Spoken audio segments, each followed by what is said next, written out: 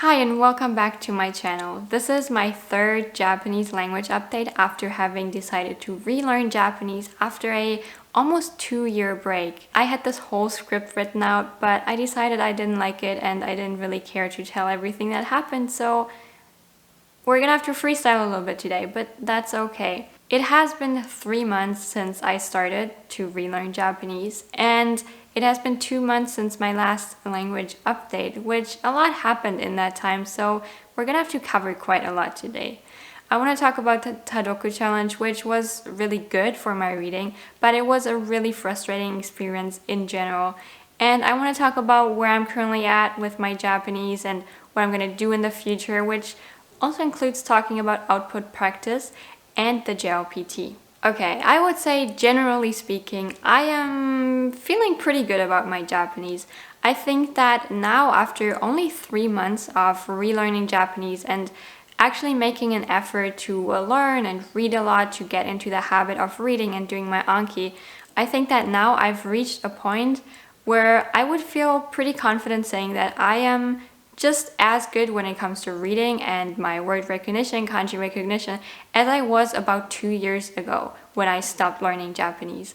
And that is absolutely crazy to me. With that being said, let's have a look at my stats for the last 2 months. When I filmed my last video, I believe I was in the process of finishing the N3 deck, or I was almost done.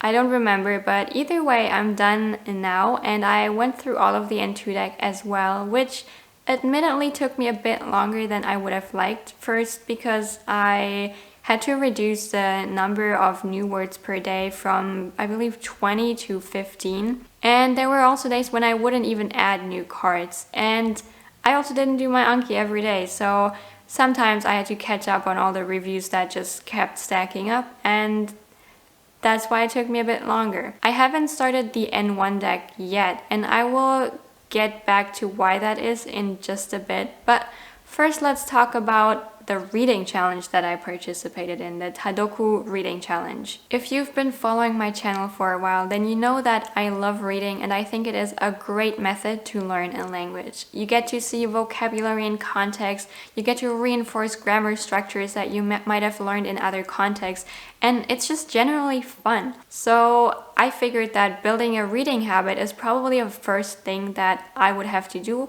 in order to get my Japanese to improve. And I decided to join the Tadoku reading challenge, which I was really excited. I love challenges. I am a very competitive person, and I thought that that would just encourage me to stay consistent with my reading. The reality looked a bit different. The reality looked very different, in fact. I joined the Tadoku reading challenge thinking that it was actually a reading challenge, but it turns out that it's more of a general immersion challenge where you can track your reading, but also your listening. And so I started to read the first few days. I read a lot. I would read about 3 hours every day, and that was perfectly fine. I thought I was doing well. As time went on though, I noticed that all the people in the top 10 and later the top 20 would be mainly listeners, and they would track crazy hours. They had like 9 hours each day. And as a reader, that is really hard to keep up with. I would have to double my reading speed, or I'd have to read for about 4 to 5 hours at least every single day to keep up with that. And I think that that is inherently a flaw with the challenge. The way the points work make it really easy for listeners to just keep listening, because it's not hard to put on a podcast and listen for 9 hours, right? You can have that in the background. For most people, it's going to be impossible though to keep up with that when reading. And I believe that, listening is just generally easier because you don't need to know what you're listening to per se. You don't need to understand really what you're listening to. Whereas when you read, if you are a beginner reader, you're going to be reading way slower. And if you want to read faster, you have to be really, really advanced.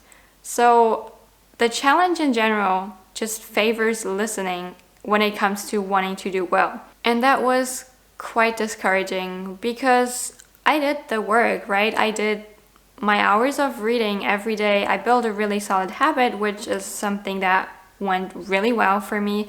But it was just really discouraging to see my rank get lower and lower and lower compared to all these people that would just do a ton of listening each day. So as time went on, I stopped caring and I would just read every day, do my little bit of reading whenever I felt it was right, for however long I felt it was right.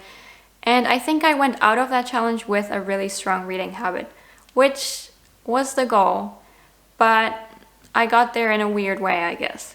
Okay, but anyways, so over the last 2 months, I read 4 books in total. The first one, and I'm gonna put like the little Migaku stat thing on the screen so you can see what my comprehension is generally like for those books. The first book was 5 centimeters per second, I believe, and I really loved that book. It was amazing. It was very entertaining. The end was a little weird, honestly, but other than that, I really enjoyed that book. It was such a heartwarming story. I also watched the movie, which I didn't like. I don't know what they did, but they cut out like all the nice parts of the book. They just removed them and put the rest into a movie. It was pretty bad. I would not recommend. The next book I read was, I can't remember the name, but that one was just your very average Japanese high school love story, friendship kind of thing, where there's a very bubbly girl and a kind of doomer guy, and then they magically become friends and go on crazy adventures even though they're like 13 or something. It just wasn't anything special, I guess, and I've read a few stories like these. They seem to be pretty common in Japanese like light novel literature for high schoolers, but if you are looking for something with a great story or like great, really deep content, then this is not what I would recommend. I also started reading another book that I can't remember the name of, but I'll put it on the screen too. And I didn't finish it because it was just awfully boring. I think there's an anime too. I might watch that, see if that's any better. But I just couldn't finish it. And I will not finish books anymore that I don't like. Towards the end of March, I then started to read Satsujin Shussan. And I loved that book. I originally wanted to read one of her other books, which is, I think, Chikyu Seijin. And I had heard like very crazy things about it, but I couldn't find it in Japanese, so I first read the other book, which I absolutely loved. The first story of that book is, I think, a book with like 4 short stories in it, the first one being the longest, and I will very confidently say that that's the best Japanese piece of literature I've read so far. And I haven't read a whole lot, but so far I've been really struggling to find anything that is even remotely engaging in Japanese. So when I found that, I was immersed. After having read so many light novels that were mainly for teens and that were kind of superficial and they didn't really give me anything to think about, I think Satsujin Shussan was an amazing book, and I gotta put a lot of trigger warnings, but if you want to read it, go ahead. It's really good. It gets you thinking about a lot of society and about life and relationships and just the way like humans work in a very, I can't think of a word, in a very gruesome way. After being so fascinated and amazed by that book, a friend helped me get Chikyu Seijin, and it was not worth the hype. I had read so much about it online and on Instagram. People had wrote all these crazy stories, how crazy of a book it is, and it has crazy parts in it, but the whole story surrounding it just didn't make it seem like a serious topic, which the first book I felt very much had that seriousness. I still finished that book, but it just wasn't what I expected it to be, and it was a little disappointing. I don't know yet what I'm gonna read next, but that also partly depends on the whole JLPT thing. So let's talk about that. I applied for the JLPT back in January on the very first day that the applications opened, because from experience, I just know that I never get a spot if I apply any later than that. This is my 4th time applying, and I applied for the N1 this time. And a friend did the same. He applied on the very first morning that the applications opened.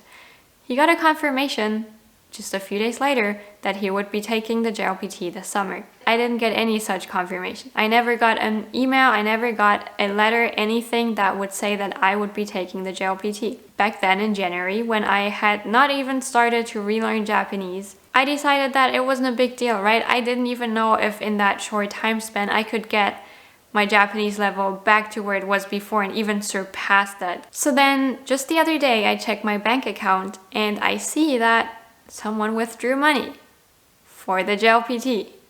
And I don't know how to mentally handle that because I never got a confirmation. So mentally I was like, okay, I'm just gonna have fun learning Japanese again, take my time, just chill, read, do whatever I want. And then now I'm not sure, am I gonna take the JLPT? Am I not?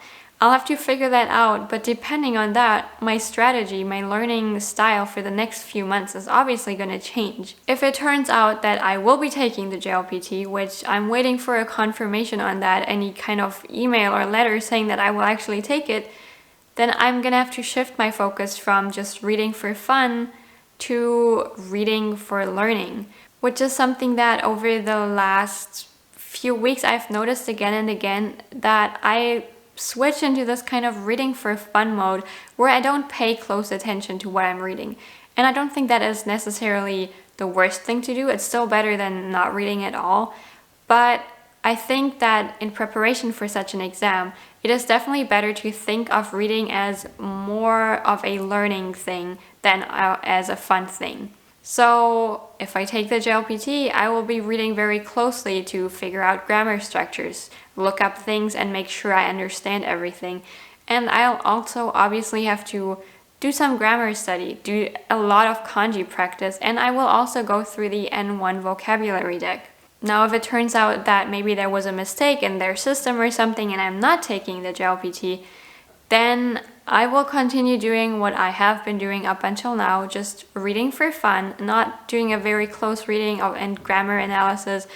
I will also not go through the N1 deck just because I don't like Anki that much. It was good for the time I did it, but I don't see me and Anki going in the same future. And I will also probably not do too much grammar practice.